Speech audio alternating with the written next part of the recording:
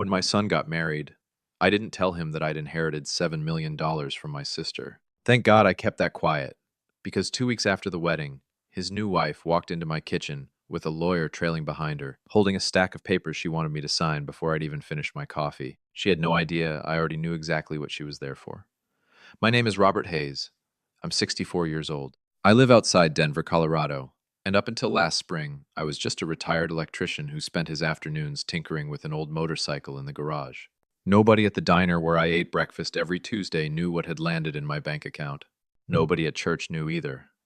And that's exactly how I intended to keep it. Stay with me on this one, because it doesn't go where you think it's going. If you're new around here, go ahead and subscribe, and tell me in the comments which state you're listening from, because you are not going to believe how this story ends. My sister's name was Carol. She was 11 years older than me, and for most of my adult life, she felt more like a distant aunt than a sister.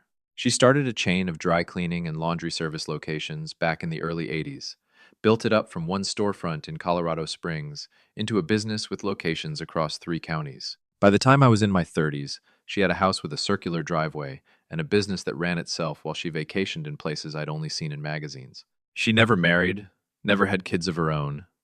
She used to tell me I was the only family she really trusted, but she said it the way you say something you don't actually act on. We saw each other at Thanksgiving most years, sometimes Christmas. She sent a card on my birthday with a check folded inside, always the same amount, like clockwork. I built a regular life on an electrician's wages, married my wife Donna, raised our son Michael, and Carol built her empire 40 minutes away without ever really being part of our day-to-day. I used to tell people I didn't mind the distance. That wasn't quite true. It was just easier to say than to explain the ache of having family that close and that far away at the same time. Then, one Thursday afternoon in April, I got a call from a law office in Colorado Springs. Carol had passed away in her sleep, 79 years old. A stroke, the doctor said. Quick. No suffering. I stood in my driveway, holding my phone for a long time after the call ended, not entirely sure what I was supposed to feel about a woman I'd loved my whole life but barely knew anymore. The grief came slow and heavy over the following days, but underneath it, if I'm honest, there was something else too. A quiet, uncomfortable curiosity about what would happen to everything she'd built. I didn't know yet that the answer to that question would turn my whole life sideways. The reading of the will happened 11 days later in a law office with a view of Pikes Peak, and an attorney named Robert Ashford who'd handled Carol's affairs for almost 20 years. I walked in expecting maybe her jewelry, some photographs, a set of her good china that Donna had always admired. I did not expect Mr. Ashford to slide a folder across his desk and tell me that Carol had left me everything. The remaining real estate holdings, the sale proceeds from the business she'd sold off 3 years earlier, the investment portfolio she'd built quietly while everyone assumed she was just enjoying her retirement. Once the estate settled and the taxes were paid, he told me the number in a voice that was almost apologetic, like he understood it was too much to hear all at once. Just over $7 million. I remember asking him to say it again, not because I hadn't heard him the first time, but because some part of my brain simply refused to process it. He mentioned there was also a letter, sealed, addressed just to me in Carol's handwriting. I didn't open it there in his office. I folded it into my jacket and drove home with both hands locked on the wheel, feeling like the truck might tip over if I took a curve too fast. That night, sitting alone at my kitchen table with Donna asleep upstairs, I made a decision that would end up shaping everything that followed. I decided I wasn't going to tell anyone. Not Donna at first, not my brother-in-law, and especially not Michael, who was 4 months away from marrying a woman named Sydney Marsh. I told myself it was only temporary, that I needed time to sit with it before it changed the way anyone looked at me, or worse, the way anyone looked at my son. I had no idea yet just how right that instinct was going to turn out to be. Michael had been with Sydney for almost 3 years by the time Carol passed. Sydney was 28, worked in what she described as brand consulting, which as far as any of us could tell, meant she helped small companies design logos and talked a great deal about strategy without ever quite explaining what that meant. She was sharp, funny at dinner, always quick to compliment my motorcycle or ask Donna about her garden. The kind of warmth that feels genuine in short doses and starts to feel rehearsed the longer you sit with it. Michael was completely smitten, and I wanted so badly to be happy for him. I tried. I really did. But there was something about the way Sydney asked questions that never quite settled right in my stomach. It started small, months before I even knew about the inheritance. She asked me once, out of nowhere, while we were grilling burgers in my backyard, whether my sister Carol and I had ever been close, and whether Carol had ever talked about what she planned to do with the business. I remember laughing it off, telling her Carol and I saw each other twice a year, if we were lucky. Sydney nodded like that was a perfectly normal thing to ask, and changed the subject to the weather. But she brought it up again a few weeks later, wrapped inside a different question, this time about whether Michael and I had ever discussed retirement planning as a family. When she and Michael got engaged that winter, right around the time Carol's estate was quietly moving through probate, Sydney started mentioning at family dinners how important it was for young couples to think seriously about their financial future, about building generational wealth the smart way. I told myself she was just a practical young woman who read too many personal finance blogs. But some part of me had already started keeping a mental list, and once you start keeping a list like that, you can't stop adding to it. Wedding planning became its own kind of slow-motion storm that spring. Sydney wanted a venue out at a mountain lodge near Estes Park, the kind of place where a single Saturday costs more than most families spend on a used car. Michael kept apologizing to me every time the topic came up, telling me he and Sydney would figure out a way to pay for it themselves, that he didn't want me feeling obligated. Every time he said that, something in my chest pulled tight. I had $7 million sitting in an account nobody knew about, and my son was quietly stressing over deposit deadlines. I ended up covering a substantial part of the wedding costs myself, wiring money directly to the venue and the florist, telling Michael it was from savings and a modest payout from Carol's life insurance. That part wasn't a lie exactly. It just wasn't the whole truth either. Sydney, for her part, seemed unusually curious about how those payments were actually happening. She asked Michael more than once who was covering which deposits and whether his dad had come into some extra money lately, always framing it lightly, like a joke. But her eyes stayed fixed and serious when she asked it. Michael brushed it off every single time, telling her I was just a generous father who'd been saving up for this for years. I let him believe that, because it was easier than opening a door I wasn't ready to walk through yet. Looking back now, I can see exactly how deliberate Sydney was being, laying groundwork, one casual comment at a time, always sounding harmless on the surface. At the time, I told myself I was just an overprotective father imagining things that weren't there. I was wrong about that, and it wouldn't take much longer to find out how wrong. The wedding day itself was, honestly, lovely. Sydney looked radiant. Michael cried during his vows in a way that surprised all of us. And for a few hours that afternoon, I let myself just be a proud father instead of a man carrying around a secret the size of a small fortune. The lodge looked incredible with the mountains behind it, catching the evening light, everyone dressed up, laughing, the whole thing feeling like something out of a magazine. Sydney's mother, a polished woman named Renata, who ran some kind of boutique investment firm out of Boulder, cornered me near the bar at one point and said, almost offhandedly, "It's wonderful that Sydney found a family that understands the value of security."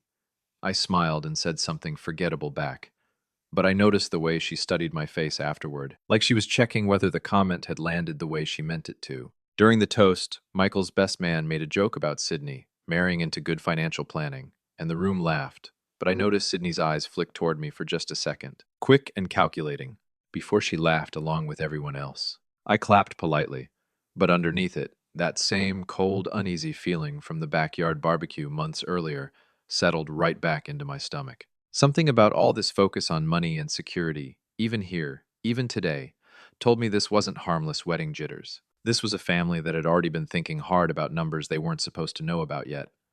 I danced with my son. I hugged him tight. I told him I loved him and how proud I was of the man he'd become. And every single word of that was true. But driving home that night, alone in my truck, I already knew something was coming, even if I couldn't yet put a name to it. The honeymoon lasted a week, a trip to the Amalfi Coast that I quietly covered as a wedding gift, again dressed up as money I'd apparently been setting aside. When they got back, something in the dynamic shifted. Sydney started calling me, not Michael, me, directly, which she'd almost never done before the wedding. She'd ask if I wanted to grab coffee, or if I needed help figuring out a new phone or setting up online banking, offering assistance with things she had absolutely no background in and even less genuine interest in before the wedding. At first, I told myself this was just a new daughter-in-law trying to build a bond with her father-in-law. I wanted to believe that, because some part of me still hoped Sydney was simply a good person for my son. But the calls kept coming, always friendly, always casual, and always eventually circling back towards some version of the same question. How was I managing my finances now that I was retired? Did I have a solid system in place? Had I ever thought about consolidating my accounts so things would be simpler to track as I got older? She asked all of this with a warmth in her voice, the way you'd ask about someone's grandkids or their garden. But I'd spent 32 years as a union electrician, running crews, dealing with foremen who'd try to shave hours off a paycheck if you weren't paying attention, and you learn fast how to spot someone buttering you up before they ask for something bigger. Sydney was doing exactly that, just dressed up in nicer language and a wedding band. One Sunday afternoon, she showed up at my house unannounced with a six-pack of the beer Michael liked, sat on my back porch for almost 2 hours, and steered the conversation no fewer than 5 times toward the importance of protecting family assets properly. I nodded along and told her nothing. But that night, sitting at my kitchen table again, the same table where I'd made my original decision to stay quiet, I admitted something to myself I'd been avoiding for weeks. My daughter-in-law knew something. I needed to figure out exactly how much and how she'd found it out. I called an old coworker of mine, a man named Gary Delgado, who'd retired from the electrical union around the same time I did and now did small investigative jobs on the side, mostly background checks for contractors who wanted to verify a subcontractor's history before signing them on. I told Gary the entire situation over coffee at a diner off Highway 24, laid it all out plainly. My sister, the will, the 7 million, Sydney's questions creeping in, earlier and earlier. Gary didn't look surprised at all. He told me probate records are public in Colorado, meaning anyone with a little patience and an internet connection could search the county court's website and find out exactly what an estate was worth and who inherited it. It took him about 20 minutes at his own kitchen table to pull up Carol's filing and confirm the number himself, just to prove to me how simple it was. Then he asked me something that made my stomach drop straight through the floor. He asked when exactly Michael had proposed to Sydney.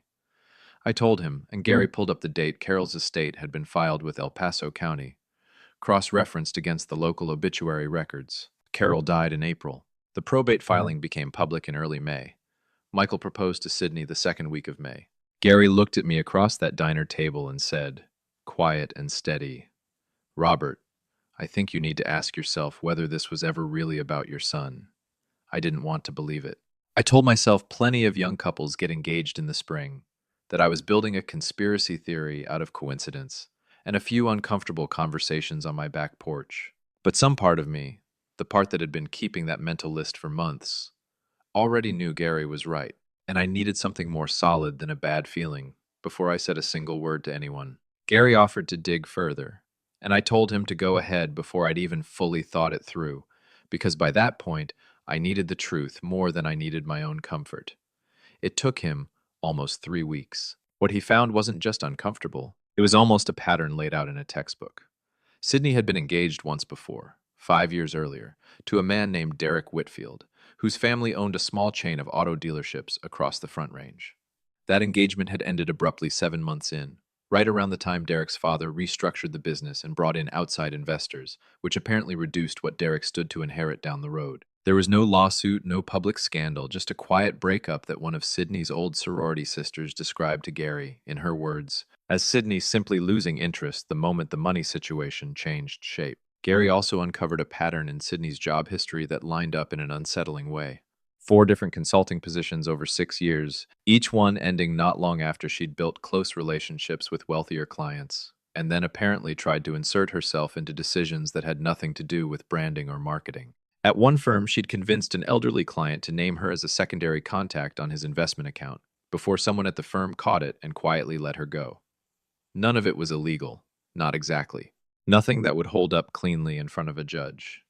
But all of it painted the exact same picture, over and over. A woman who located financial opportunity inside relationships and moved fast the moment she sensed real money nearby. I sat with that report in my garage for a long time that night, the same garage where I used to feel most like myself, elbow deep in an engine, the radio playing low. And I felt something harden in my chest that had nothing to do with Carol's money and everything to do with my son's future. I wasn't angry yet. I was getting ready. I decided not to say anything to Michael right away, because I needed to see exactly how far Sydney was willing to take this, and because some small, stubborn part of me was still hoping I was wrong about all of it. I didn't have to wait long to find out I wasn't. About 2.5 weeks after the honeymoon, Sydney called and said she wanted to stop by with something important. Just some paperwork, nothing major, she said, in that same easy, breezy tone she used for everything. I told her to come by Saturday morning. When Saturday arrived, she pulled into my driveway with a leather folder tucked under her arm and a man I didn't recognize walking beside her, someone she introduced simply as Trent. He's an estate attorney. He helps families set things up properly, she said, smiling like she was doing me a favor. My stomach dropped the second I saw the briefcase in his hand.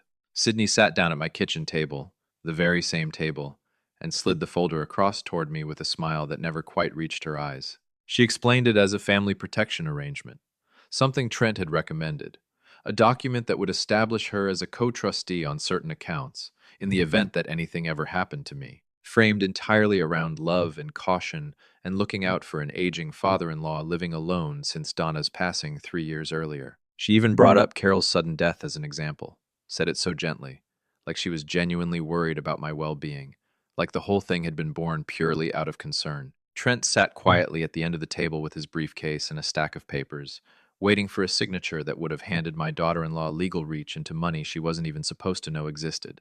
I looked at that folder for a long moment.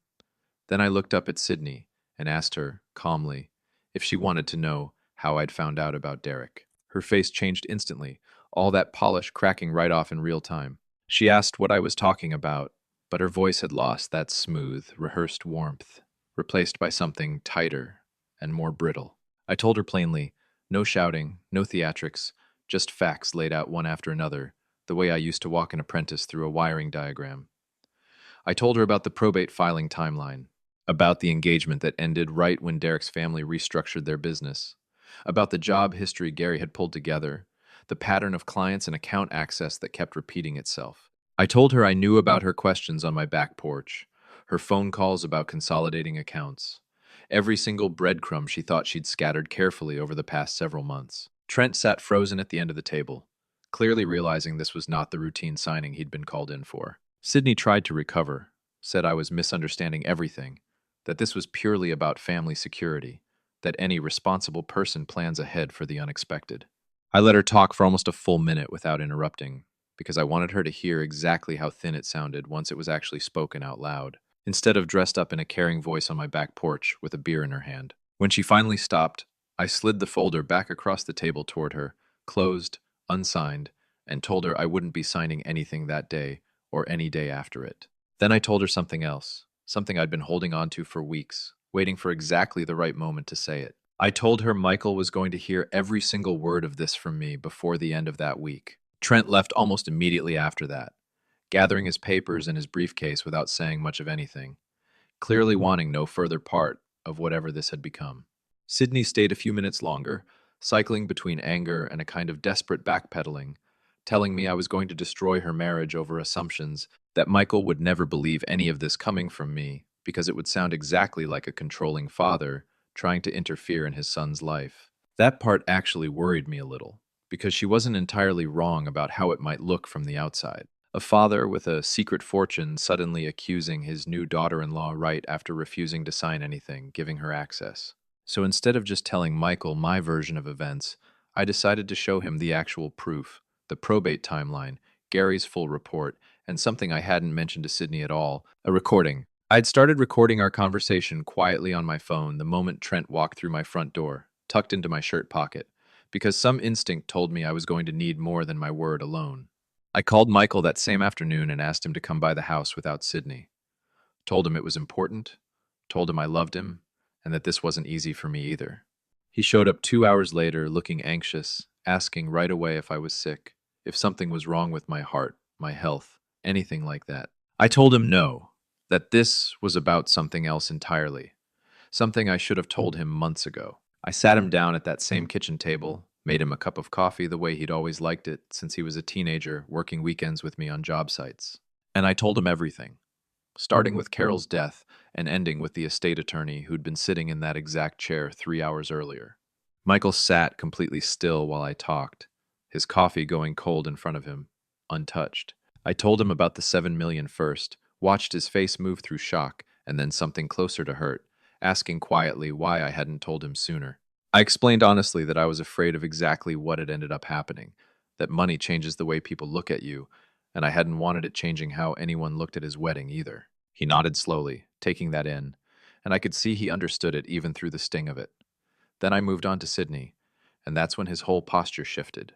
I laid the probate timeline out in front of him, showed him the dates side by side, Carol's death, the public filing, his proposal 2 weeks later. I told him about Derek, about the auto dealership family, about the job history Gary had compiled. I played him a short piece of the recording from that morning, just enough for him to hear Sydney's voice explaining the family protection arrangement to an attorney she'd brought without asking me first. Michael didn't say anything for almost a full minute. He just sat there staring at the folder Sydney had left behind on my counter, the one I still hadn't signed. When he finally spoke, his voice was steadier than I expected. He said, "She asked me twice last month if you'd ever mentioned updating your will. I didn't think anything of it. I hadn't known that detail." It confirmed everything Gary had already found, laid out fresh and painful from Michael's own memory. He thanked me quietly for telling him. Then he asked me for the folder, the recording, and Gary's full report, and said he needed to go home and talk to Sydney himself that night, alone. I didn't hear from him for 3 days, and those were 3 of the longest days I'd had since the funeral. When he finally called, his voice sounded worn out but clear, the voice of a man who'd already made a decision and just needed to say it out loud to make it feel real. He told me the conversation with Sydney had gone about as badly as I'd feared. She denied everything at first, then pivoted to blaming me, calling me controlling and paranoid for keeping the inheritance secret in the first place, trying to twist the whole situation around so that her own behavior looked like a reasonable response to my secrecy. Michael told her plainly that hiding money from a son and quietly investigating a father-in-law's net worth before a proposal weren't remotely the same thing, and she didn't have a good comeback for that. He also told me her mother Renata had gotten involved, calling him directly to insist that Sydney was overreacting to a misunderstanding and that every smart family plans for the future together, which only confirmed for Michael that Renata had likely known exactly what her daughter was doing from the very beginning. By the end of that conversation, Michael told Sydney he needed space, packed a bag, and drove to a friend's place across town instead of staying in their apartment that night. He told me he wasn't rushing into any final decisions out of pure anger, that he wanted a clear head first, but that something between them had broken in a way he didn't think could be repaired. Not after seeing that folder. Not after hearing her own voice on that recording, explaining herself to an attorney like it was the most ordinary request in the world. I told him I was proud of him for handling it with a level head instead of rage, and he said something back that stuck with me for a long, long time. He said, "You protected me before I even knew there was anything to protect me from." 6 weeks later, Michael filed for an annulment. His attorney explained that given how quickly everything had unraveled, and the clear documented evidence of what Sydney had been after before the marriage even happened, it was a cleaner path than dragging out a full divorce. Sydney didn't fight it much once she understood that the recording in Gary's report existed as real, documented evidence, understanding correctly that pushing this into a courtroom publicly would only reflect worse on her. Renata called Michael a handful more times over the following weeks, trying to smooth things over on her daughter's behalf, but Michael had stopped answering by then, telling me he'd already said everything he needed to say. I finally sat down properly with Michael a few weeks after that. No folders spread out on the table, no recordings playing, just the two of us at my kitchen table on a quiet Sunday afternoon. And I told him the rest of it, the parts I'd rushed past during that first hard conversation. I told him about Carol, about the years of distance between us that I never quite knew how to close, about the guilt I still carried for not visiting more, for not calling more, before she was gone. I told him the 7 million had landed in my lap almost like a strange, silent apology from a woman who never said the word out loud while she was alive. I told him I wanted to set a portion of it aside for him properly, with a lawyer, paperwork done the right way, nothing rushed, nothing hidden, and absolutely nothing tied to anyone who hadn't earned that kind of trust yet. He cried a little at that, not from sadness this time, but something closer to relief. And he told me he cared far less about the money than he did about the fact that I'd been quietly protecting him the entire time, even when he had no idea there was anything he needed protecting from. Before I close this out, I want to tell you what was in Carol's letter, because I never told anyone this part, not even Michael, until recently. It was short, just a page, written in her small, tight handwriting. She said she was sorry we hadn't been closer, that she'd spent so many years building something for herself that she forgot to build anything with the people who actually loved her. She said money has a strange way of finding out who really wants you, and who's only ever wanted what you have. She told me to be careful who I let get close once people knew what I had, and to remember that real family doesn't need to ask twice about what's coming to them. At the time, I folded that letter back up and put it in a drawer, thinking it was just an old woman's regret talking. It wasn't until Sydney showed up with that folder and that attorney that I understood Carol hadn't just been apologizing. She'd been warning me. It's been almost a year now since that Saturday morning Sydney walked into my kitchen with an attorney trailing behind her like she already owned the place. Michael is doing well, back living closer to me now, throwing himself into a promotion he'd been chasing for years, but never had the bandwidth to pursue while he was busy planning a wedding for a woman who was really just planning an inheritance. We talk almost every day now, real conversations, not the careful, surface level check ins we used to have back when I was carrying a secret that, without me even realizing it, was quietly protecting him the entire time. I still think about Carol sometimes, about the years we lost to distance and busy schedules and the excuses people make when they assume there will always be more time. And I think about the strange way her money ended up doing something she probably never intended when she wrote that letter, exposing a woman who would have hurt her nephew if I hadn't stayed quiet long enough to let the truth show itself on its own. People sometimes ask me if I regret not telling Michael about the inheritance before the wedding, and the honest answer is no, not for a single second. If I had told him, if I had told anyone, Sydney would have gotten exactly what she wanted from the very start, and I never would have seen who she truly was until it was far too late to do anything about it. Staying quiet was never about hiding money from my son. It was about giving the truth enough room to show itself honestly, without me forcing it, without anyone having a reason to fake feelings they didn't actually have. Thank God I didn't say a word, because that silence gave me exactly what I needed: real proof, real clarity, and a son who is safe, single, and finally free to build a life with someone who wants him for who he is, and not for what his father is quietly worth. If you made it this far with me, you already know this story was never really about the money. It was about paying attention to the people who are only ever paying attention to what you have. If this one meant something to you, hit that like button, subscribe if you're new, and tell me down in the comments what you would have done in my place. I'll see you folks in the next one.